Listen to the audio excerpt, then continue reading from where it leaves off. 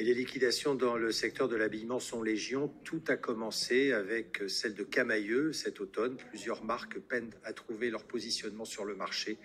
Pierre Coach avec Nicolas Metauer. Gosport, Koukaï, André ou encore Pimki.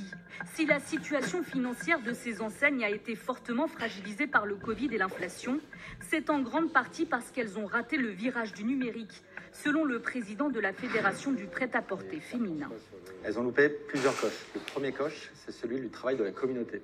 Puisqu'une belle marque, c'est avant tout une marque qui a une communauté qui est forte. Et évidemment, pour avoir cette communauté, les réseaux sociaux sont indispensables. Beaucoup de marques françaises ont su se transformer au cours de ces dernières années et donc elles ont su s'adapter. Celles qui disparaissent malheureusement sont celles qui n'ont pas su se transformer.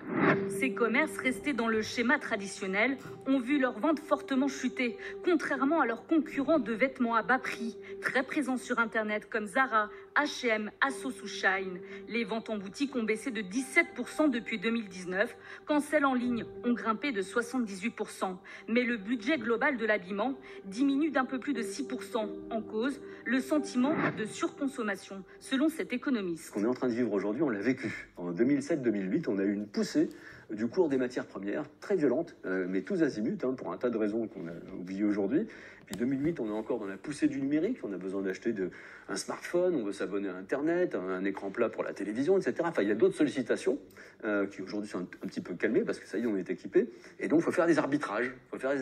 Et voilà, quand vous mettez tout ça ensemble, ça induit un retournement du marché. Les enseignes ayant su s'adapter aux nouvelles préoccupations des consommateurs doivent faire preuve de créativité dans un univers en perpétuelle évolution. Beaucoup de marques viennent nous voir parce qu'elles sont évidemment inquiètes par cette transformation du monde et elles cherchent à trouver le bon positionnement, la bonne manière de parler à leurs clients.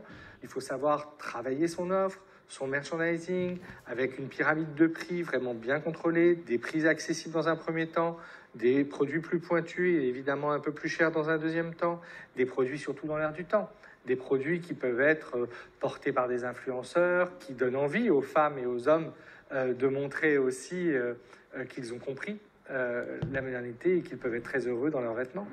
Le secteur de l'habillement moyenne gamme s'attend à de nouvelles annonces de redressement ou de liquidation en 2023.